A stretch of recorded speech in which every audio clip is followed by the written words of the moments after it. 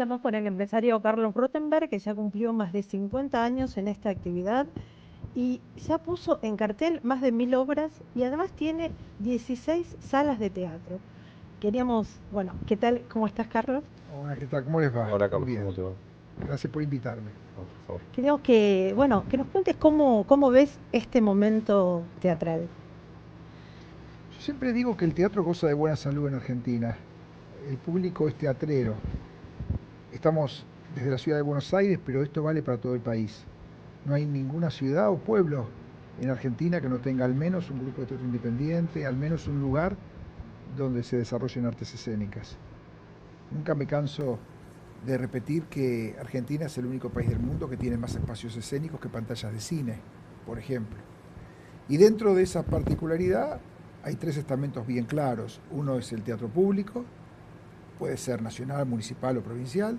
Otro es el teatro independiente, que como dije recién existe en todo el país. En la ciudad de Buenos Aires es la ciudad que tiene más teatros independientes del mundo, más que Nueva York y Londres, por ejemplo, que son mecas del teatro comercial. Y el tercer circuito, que es el comercial. A mí me gusta en los últimos años llamarlo industrial, para separar un poco lo que tiene que ver, para que se entienda fácil, la Avenida Corrientes, lo que tiene que ver con esas figuras que incluso salen a ser recorridas por nacionales, en giras o las temporadas de verano que son tan conocidas en este país, en Argentina, en Mar del Plata, en Villa Carlos Paz, etc.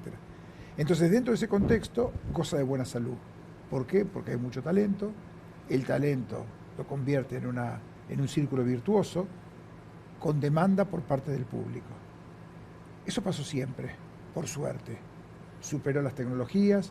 Pensemos que no existe en el mundo, desde los griegos para acá, ficción más antigua que el teatro. Esa es la primera. Cuando nada había, lo único que había era teatro. Y estamos en el año 26 charlando y seguimos hablando de lo mismo. La ficción teatral funciona. Dije antes que para mí tiene que haber primero con el talento y después con un consumo por parte del público que existe. Después tenemos lecturas que cuando tengan ganas, si quieren las abrimos, que para que quien nos ve o nos escucha lo comprenda, yo lo comparo con el análisis cuando vamos al médico. Vieron que el médico no solamente mira uno de los valores, lo une rápidamente con otros valores para conocer el estado del paciente. Yo hago lo mismo en lo mío. No miro solamente el talento y cuánta gente va, sino que hace muchas décadas vengo desmenuzando ese análisis como para saber cómo dirigir la propia empresa. ¿Y cómo está ese paciente? Usted tiene ya 50 años, más de 50 años digamos, en este negocio, en esta actividad cultural. ¿Cómo transitó estos 50 años el paciente? Para ponernos en tiempo y espacio, yo comencé hace un poco más de 50 años en un gobierno, el de la viuda de Perón. O sea, estamos hablando del 75. Un año antes de la dictadura del 76. Entonces, imagínense ustedes que en 51 años ya Pasó uno de todo. vivió y en Argentina, porque sí, o sea, 5 décadas y un poquito más en Argentina. Son como Bueno, 200 años. a veces pienso, el otro día en la oficina de producción decía, me dicen con cuántas monedas hemos trabajado en los 50, era increíble, porque no terminaban nunca, iban desde los Levac a los australes, de los patacones a los pesos ley 1888, de la moneda nacional hasta, bah, lo mismo el dólar. O sea, yo soy de la época donde el dólar blue se llamaba negro, parece que tiene más marketing decir blue. ¿Cuál es la diferencia entre blue y negro? Nunca entendí por qué lo llaman blue en lugar de negro, como era en la época nuestra. Pero lo concreto entonces es que el teatro, más allá de lo económico, es un lugar que a mucha gente, a mucha en el sentido de reunir gente. Yo tuve una sensación siempre como espectador, después también como empresario de teatro, que cuando uno está en una butaca con gente alrededor, es como si se conociese. ¿Por qué digo esto? Porque todos coincidimos a la misma hora para ver lo mismo. O sea, mayoritariamente nos tocó el mismo bichito. Todos elegimos por ir a ver tal obra o ir a ver tal actor. Por eso creo que hay mucho de clima social, además de lo económico. Creo Pero debe que ser como una gran responsabilidad, ¿no? En este momento de consumo bajo y todo, tener la responsabilidad de entretener a la gente, ¿no? sí, pero yo siempre digo que el teatro es un vínculo de cultura y entretenimiento familiar. Pero dentro de la cultura y el entretenimiento hay aristas. O sea, uno puede entretenerse con una comedia muy frívola, casi diría vacía de contenido, porque uno necesita por momentos creerse que está en Disney, y entonces quiere vacío de contenido. Y otro público también se entretiene buscando un material muy complicado. Y los dos tienen el derecho a satisfacer su gusto, y me parece, yo hace muchos años, hace 27 años, decidí ponerle a la empresa, le cambié a la misma sociedad anónima, le cambié la marca, siendo la misma, y le puse multiteatro. Entonces todos me decían, claro, porque son muchas salas. Y le digo, sí, por aquello de construir una arriba de la otra, de un teatro hacer 4, pero además multiteatro porque nunca me quedé justamente buscando un público determinado. Yo creo que la cultura teatral es toda, y siempre me cuidé mucho en respetar el gusto que dije recién, bien cerradito de una porción de la audiencia, y otra que necesita el sábado a la noche salir a algo bien frívolo. ¿Y hay alguna diferencia entre ese público del 75 con el público de los 90, con el público de hoy? ¿Se puede dividir por signo político o no? No, yo creo que se divide por signo cultural. Cultural. Después si vemos la cultura de cada política, ¿no? O sea, por supuesto la política trae la cultura. Yo me quedo en lo cultural, y después que cada uno como dice la frase, que cada uno se ponga el sayo, no sé cómo, o sea, yo hablo de la cultura. En la cultura hay para mi gusto un quiebre hace unos 35 años, 30 años en la década de los 90. O sea, esa década de los 90 sí notó una gran diferencia. O sea, cuando yo comienzo hace algo más de 50 años, en Alfredo Alcón, por hablar de un ícono teatral, hacía panoramas desde el puente en la avenida Corrientes en un teatro enorme. Y al mismo tiempo venía de España Nuria Espert y hacía Yerma. Eso no está más. Eso hay que encontrarlo en el teatro público. O sea, el público de la calle Corrientes sí se nota, o por lo menos es lo que siento cuando hago la recorrida y el paneo general, que busca más, baja de alguna manera a algo más popular y frívolo. Más entretenido que, más entretenido. Es más, pensar. Hace 4 o 5 años, presidiendo la Cámara de Teatro y Música, dije a los colegas, muchachos, hice una recorrida y no teníamos más eslogan para hablar, con esta te vas a reír más, porque venía caminando y anotando, esta la más cómica, con esta te vas a morir de risa, una explosión de risa, y había 2 teatros que ya decían lo mismo. Digo, cambiemos porque ya estamos compitiendo hasta en los eslogans, o sea, repitiéndonos. Y el marketing era sobre la risa, es decir, sobre la risa, venía a entretenerte. sobre la risa. Sin embargo, en el mundo, también en Argentina, yo tengo segundo matrimonio, segundos chicos, un lote de 9 y 7 años. Entonces voy a usar un término de los chicos. Lo que garpa más, como dicen los chicos, es lo que tiene que ver con los sentimientos. Yo siempre doy un ejemplo de una película universal. Todos sabemos que Titanic fue un drama, pero todos los públicos quieren ver Titanic. Quiero decir, en mi propia historia, que arranco, lo conversábamos antes del aire, con Graciela, con el tema de La novicia rebelde, película del año 65, tenía que ver con los sentimientos. O sea, los sentimientos sigue siendo en el ser humano, y en eso es muy difícil que nos gane la inteligencia artificial, sigue siendo un bastión. Ahora, dentro de eso, cuando se trata de distraernos un rato y salir de las noticias del día y salir de las preocupaciones, obviamente lo que tiene que ver con el humor se busca más. Se busca más. Yo, redondeando este concepto, como a mí me gusta buscar analogías en la vida, de cada cosa estoy buscando ejemplos para ser fácil en la comunicación. Y un día fui a ver a un amigo a un sanatorio y quería comprar algún material para que lea, y busqué una revista liviana. Y otro día, estando en el aeropuerto de Ezeiza por un viaje, me quedé mientras esperaba un rato, viendo qué compraba la gente en el kiosco de revistas. Y compraba material liviano. Y después dije, claro, si vos tenés momentos de estrés o momentos de alguna angustia, estrés para mucha gente por volar, angustia si estás en un sanatorio. No te vas a poner a leer un libro de 300 páginas que tenga... Necesitas, lo que dije antes, Disney. También el adulto necesita en un punto Disney. Todos necesitamos...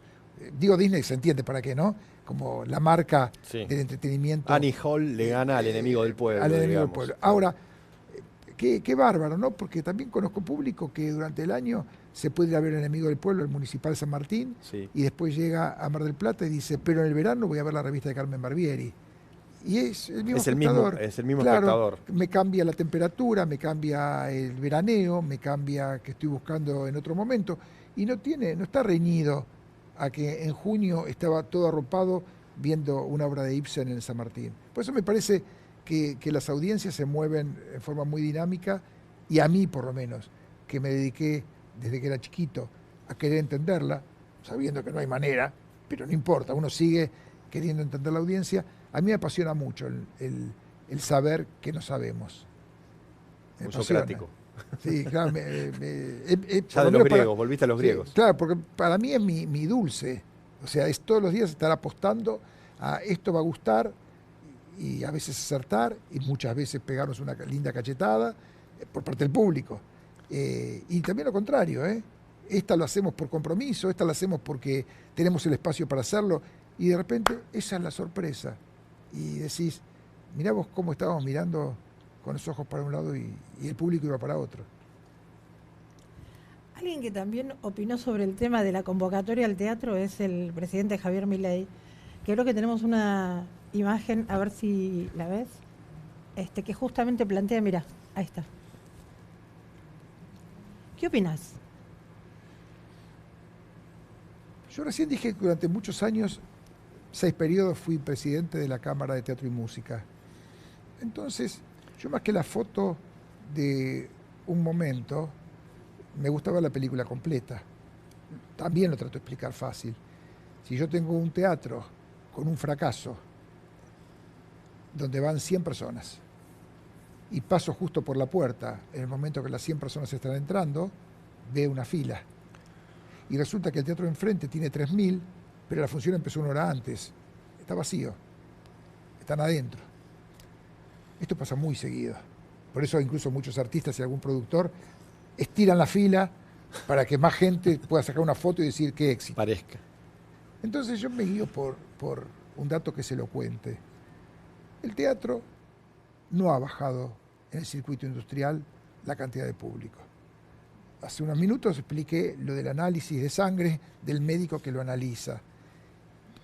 Sería capcioso, mentiroso, decir bajó la cantidad. Al contrario, bajaron otros consumos, y desde el 23, 24 y 25, 26, 23 tuvo una ventaja, 23 con un dólar alto, teníamos mucho turismo de afuera. Yo llegué a instalar una frase en varias charlas en el 23 que decía, por ejemplo, los fines de semana largos de los uruguayos, yo decía, y lo comenté en Montevideo esto, un sábado a la noche, un fin de semana largo uruguayo, hay más termos que personas en la Avenida Corrientes, porque estaban todos con el termo, pues se venían, eso era el año 23 con un dólar que convenía mucho para el turismo. Es más, domingos a la noche de fines de semana largo en Uruguay, teníamos que duplicar funciones en Buenos Aires. Yo mismo me aprendí y le preguntaba, ¿cuándo es el natalicio de Artigas? Aprendí que era la Batalla de las Piedras, cosas que son efemérides uruguayas, pero para saber cuándo les tocaba fin de semana largo, para saber que iban a venir para Buenos Aires. O sea que de alguna manera el teatro tiene un termómetro sobre el atraso cambiario. Por supuesto, por supuesto. Ahí tenemos un caso. Después, a partir del 24, mientras el dólar se fue quedando, no sé, Moldaski hacía en el espectáculo, levanten la mano los que son de afuera, y en el 23 eran todos de afuera. Y lo volví a ver en el 25 y había una persona de afuera. Hizo la misma pregunta. O sea, esto sí lo evaluamos. ¿Cuál es el público al cual nos dirigimos y quién nos consume? Pero decía que mirando las curvas de espectadores, no hay grandes variaciones, salvo en el 23. Si ustedes se fijan allí, por ejemplo, fíjense que en el 23 sí, hay un pico, tanto teatro como música, teatro, lo estoy leyendo con ustedes, Sí. Y después lo que termina dando, fíjense ustedes que teatro específico, que es el cuadro del medio, 4.139.000 en el 23, Sí. 3.670.000 en el 24, 3.758.000, empata el 25, Iguales. y otra vez está empatando el 26, ya cerrado los primeros 5 meses del año. Lo que sí hay una gran concentración, ¿no? Ese Porque es el veía tema. que más de la mitad de los telespectadores fueron a ver solo 10 obras. Ese es el tema. El tema no es en la cantidad. Esto es exactamente, según mi mirada y como lo vengo comentando, antes hablé de analogía, ¿no? Muy parecido a lo que pasa en el país con la macro y la microeconomía. Y lo digo fácil. 10 espectáculos sobre más de 200, son 218, se concentran en el 54% de la audiencia. Y 208 concentran el 46%. Entonces, ahora hablemos de 2 sillones. ¿En qué sillón me siento? Tengo varios espectáculos. Estoy en los 2 grupos. Si el año pasado me sientan acá para hablar de La Sirenita, histórico, 200.000 boletos en 2 meses, no existe. Yo te voy a dar una mirada, si es sesgada a ese espectáculo, o fuese el único espectáculo que tengo, te hablo de ese, y me voy de acá vendiéndote el mejor país del mundo, teatralmente hablando. Pero estoy con varios títulos en el 46%, entonces a mí siempre me interesó la microeconomía, porque la macro sería, insisto, digamos... Las mineras, el petróleo y otros serían los espectáculos comerciales que más... Claro, más o sea, llevan, ¿no? ¿dónde me quedo?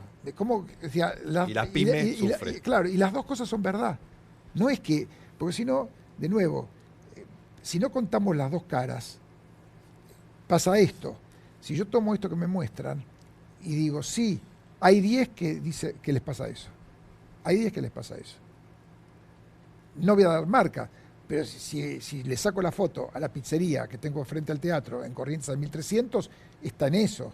No es mentira. Ahora, me gustaría ver el negocio de toda la pizza de Argentina, y ahí está el problema. Por eso me parece que ¿Y cuáles son esos 10 de la macro en temáticas, digamos, y los otros no es por 200 temática. de la Bueno, micro? ahí abrimos otro problema muy, muy interno, que tiene que ver con la falta de ficción en televisión.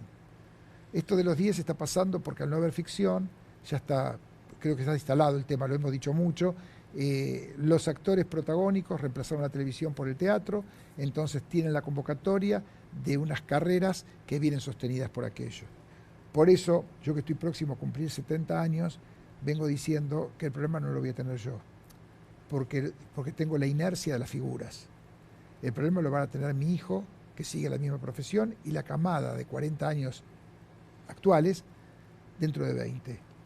Porque sin la masividad de las figuras que hicieron grande el teatro comercial, industrial en Argentina, va a haber problemas. Esto es lo que creo, que me gustaría no creerlo, pero es el único tema que, como verán, no es político, no es económico, tiene que ver específico de la industria. La caída de la televisión abierta para las figuras a mí me da una ecuación terrible en relación, incluso primero y principal, a las economías personales de los artistas.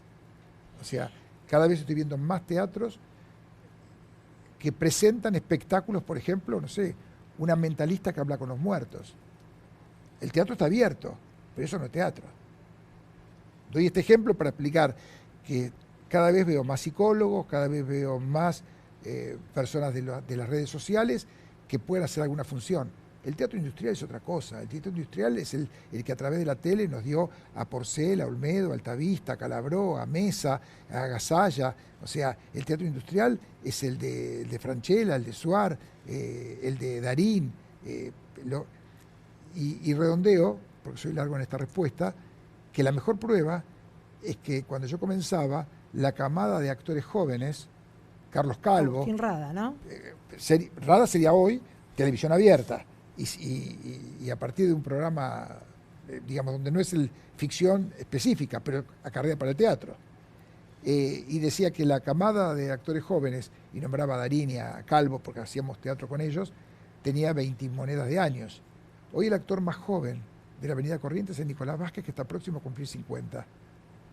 Por eso digo que yo no estoy opinando, son datos concretos. Si el actor más joven que sostiene una temporada industrial tiene casi 50, está marcando algo concreto para dentro de 20 años. Eso lo podemos, con una cámara abierta, con un micrófono, discutirlo hasta el rolete. ¿Y esta situación no hace que por ahí te pongas a pensar si vas a volver a producir ficción, si vas a producir ficción en la televisión? No, para nada. Primero porque yo no soy de televisión. Respeto mucho, o sea, yo estoy dando un diagnóstico. Pero en algún momento hablaste de formar una cooperativa. No, hablé, y no solamente hablé, me reuní con Sagay, me reuní con actores, me reuní con el SAT, me reuní con SUTEP, me reuní con Capit, y hemos hecho muchos encuentros ya, tratando de ver de qué manera la gente de televisión pudiese hacer algo. Pero yo lo digo egoístamente desde el teatro, ¿eh? O sea, en lo mío fui muy claro.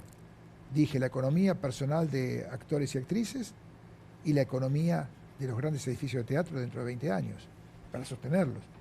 No se van a sostener los edificios teatrales haciendo una función los martes por semana, ni una cooperativa teatral. El teatro industrial, edificios que son de valores millonarios, se van a sostener solamente con el teatro industrial. Carlos, vos hablaste de un diagnóstico que tiene que ver con la medicina, existe un paralelismo con la medicina y hablamos de Ibsen también. Ahora, si tuvieras que dar un diagnóstico cultural y fueras el enemigo del pueblo, digamos, ¿qué dirías? Que no fuera simpático, ¿no? Que no fuera simpático diría que en este tema de la ficción, que es importante porque entraba gratuitamente a las casas familiares, ningún gobierno hizo nada. O sea, acá no tenemos televisión española, porque no es cierto que las redes se llevaron todo. Hay ficción en Brasil, hay ficción en Estados Unidos, hay ficción abierta, televisiva. En España, hay en Turquía, hay en Colombia, hay en México. Acá no se hizo nada, nada.